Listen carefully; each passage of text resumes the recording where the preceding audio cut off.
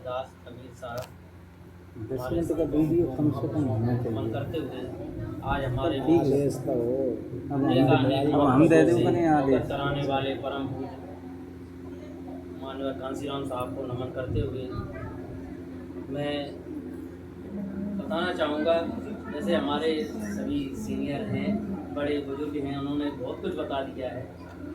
मैं तो केवल गांव में बताने के लिए सक्षम हूँ, अपने बीच में बताने लायक नहीं। मतलब जहाँ कोई जानता ना है तहाँ इतना ज्ञान है कि अपने गांव में मोटिवेट कर सकता हूँ। अपने लोगों में क्या बताना भाई, आप लोगों से हम सीख रहे हैं, आप लोगों के बीच में कोई बात नहीं कहना चाहता। गांव में तो इतना करता हूँ, 2018 से हिमयान चर्चा के नाम से मैंने शुरू किया था और गांव-गांव मेरी बहुत से वीडियो हिमयान चर्चा के पड़े हुए भी हैं।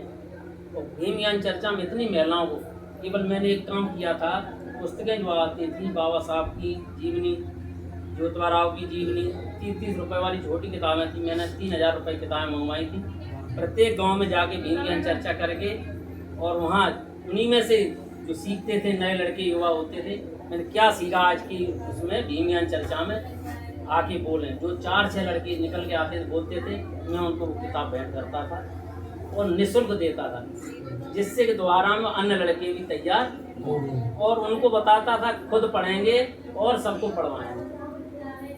अब मैं जब दोबारा आऊँ तो ये किताब ये ना हो हम पूछें आपने पढ़ी तो आप कह दो हाँ पढ़ी। अब कहाँ पढ़ी कि अलमारी में पढ़ी, अलमारी में न पढ़ी हो, सबने पढ़ी हो। तो ये चीज़ मैंने 2018 से शुरू किया था हिमयान चर्चा मिशन के नाम से।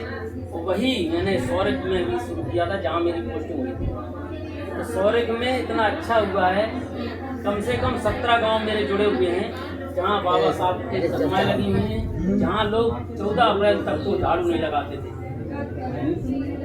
सौरभ ब्लॉक है वहाँ प्रॉपर में मैं 14 अप्रैल को पहली पोस्टिंग में 10 हुई थी, 11 में 14 अप्रैल को मैं वहाँ था तो घास खड़ी थी उनके बरोबर। गांव के लोग आए, 4 लोग गिनती गए, मैं ऊपर रहता था, 5 मंदिर मकान था और सामने पाल था। नए नए में मेरे को कोई जानकारी थी नहीं, मैंने माहौल क्या है। तो 4 लोग आए, उसी घास में आके माला डाल गए और चले गए। मैंने पूछा ये क्या है, 14 अप्रैल कुछ होता नहीं। यहाँ कुछ नहीं होता, ये जब माला डाल गए इनने मूर्ति लगवाई थी, बस वही 4 लोग आते हैं। तब मैंने वहाँ चर्चा की सौरभ में, तो अपने साथियों को मिला करके उस मूर्ति को अगले वर्ष के लिए सचेत किया। 10-12 लोग थे, मैंने टीचरों से कहा कि गाँव वालों से किसी से कहना नहीं है, केवल उनको बुलाना है, खर्चा अपने ऊपर करना। हम लोग वहाँ आज सौरभ में बुद्धाचार शिविर लगवाया, हमारी सभी टीम के लोग गए थे, उन्होंने वहाँ सौरभ में देख भी लिया है कार्यक्रम कितना अच्छा हुआ था। जबकि वहाँ लोग ये कह रहे थे, जब मैंने पहली बार शोभा यात्रा का प्रोग्राम किया था कि कहाँ तुम यादवों के गढ़ में ये पहले नौकरी करो, चुपचाप नौकरी करना है। मेरी नौकरी तो हो ही जाएगी, नौकरी कहाँ जाएगी, मिल गई है तो नौकरी होगी। आज सौरभ में बाबा साहब का कारवां इतना अच्छा चल रहा है, 14 अप्रैल को गाँव 17 गाँव से रैलियाँ बराबर निकल के आएंगे। तो मैं भी ये कहता हूँ, मैं केवल गांव के लिए सक्षम हूँ, आप लोगों में ज़्यादा बात नहीं करना चाहता। इसी के साथ मैं अपनी वाणी को विराम देता हूँ।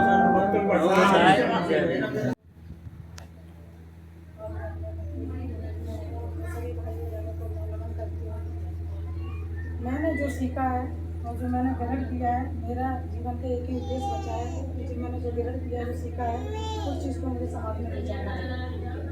कि मैंने अपने अंदर कैसे परिवर्तन किया और मैं किन किन परिस्थितियों से गुजर रहा हूँ।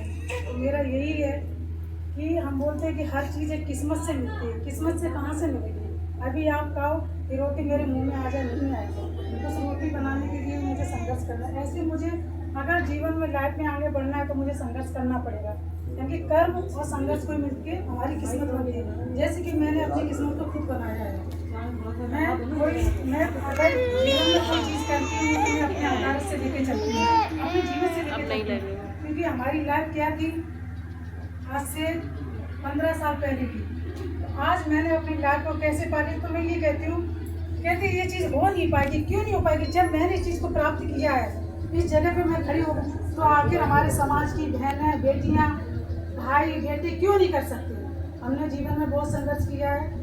और मैं अपनी ही कहानी बता देती हूँ कि मैंने कभी नहीं सोचा था कि मैं इस जगह खड़ी हूँ, इतने लोगों के बीच में खड़ी हूँ।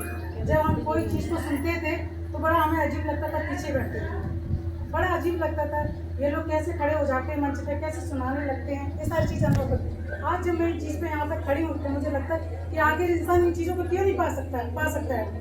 मेरी परिस्थिति आज से 2003 में ये थी कि मेरे लिए ठीक से घर भी नहीं था, एक झोपड़ी थी जिसमें मैं रहती थी। घर में मकान बना था, सब कुछ छत, मेरे लिए भी झोपड़ी थी। आज मैंने जीवन में इतना संघर्ष किया, आज मेरे पास इतनी जगह है कि हम कितने भी लोग बैठ जाएं। तो बस मेरा यही है कि जीवन में आदमी को संघर्ष करते जाना चाहिए, और कभी कभी इंसान हार मान लेते हैं, हार नहीं मानना चाहिए। ये रेस्टोरेंट मुझे पढ़े लिखे मिले थे।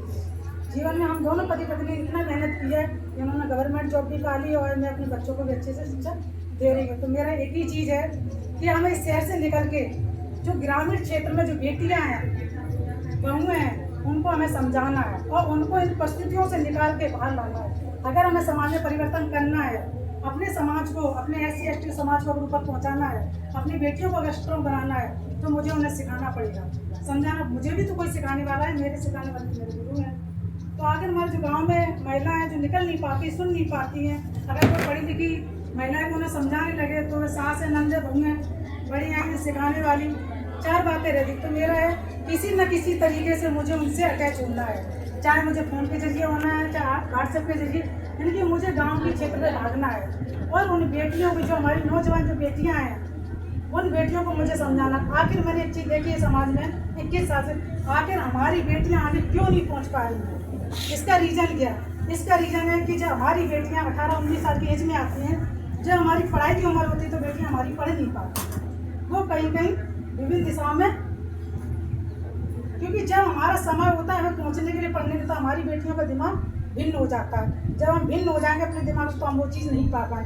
तो मुझे अपनी उन बेटियों को समझाना है और आगे पहुंचाना है कि अपने इस दिमाग को भिन्न मत कीजिए। इस टाइम मुझे क्या पाना है? शिक्षा पाना है, और शिक्षा का लक्ष्य बनाइए कि जब हम शिक्षा पा लेते हैं, नौकरी पा लेते, तो अपने इस दिमाग को कहीं भी भिन्न करिए, कोई भी कुछ कहने वाला नहीं है। और हम अपने समाज की बेटियों की भी हेल्प कर सकते हैं आगे चलते। तो मेरा एक ही उद्देश्य है कि मुझे गाँव की तरफ जाना है, या हमसे जो भी बेटी अटैच होती है उसको समझाना है। वो 1 बार नहीं मानेगी, 2 बार नहीं मानेगी, 3 बार नहीं मानेगी, कहीं ना कहीं तो मानेगी। मैं अगर किसी भी महिला के पीछे पड़ जाऊँ, मैं अपनी गारंटी देती हूँ, वो मुझसे अगर 1 बार रुकेगी, 2 बार रुकेगी, 3 बार रुकेगी, मैं बुरा नहीं मानती, मगर मैं इतनी पीछे पड़ जाऊँगी कि मैं उसे चेंज करके दिखा दूँगी। चाहे मुझे 3 साल लग जाए, चाहे 6 साल लग जाए, 4 साल लगे, अगर मैंने सोच लिया करवाना है तो करवाना है। मैं सौरिक में भी रही, तो मैंने कई परिवारों को, सबको तो पता है, कई परिवारों को चेंज किया है, और मैंने तो अपने मायके में भी चेंज करवा लिया है, ससुराल में भी चेंज किया। तो मेरा एक ही उद्देश्य है, बहनों से मैं यही चाहती हूँ हाथ जोड़ के कि आप लोग जो नौजवान बेटियाँ हैं, बहू हैं, आप उनसे अटैच होंगे। अगर वो कुछ कह भी देते आप बुरा मत मानिए, ये तो चल रहा है। भगवान बहुत बाबा साहब ने कितना नहीं सुना, उनके ऊपर भी आया है, बहुत आरोप आए, और उन बेटियों को मुझे समझाना है, अच्छी अच्छी बातों को बताना है। क्योंकि हम जब अच्छी बातों को बताते हैं तो बेटियों के दिमाग से गलत चीज़ें अपने आप उड़ने लगेंगी। तो मेरा एक ही उद्देश्य है जीवन का, जो मैंने सीखा है, वो दूसरों को ग्रहण कराएंगे।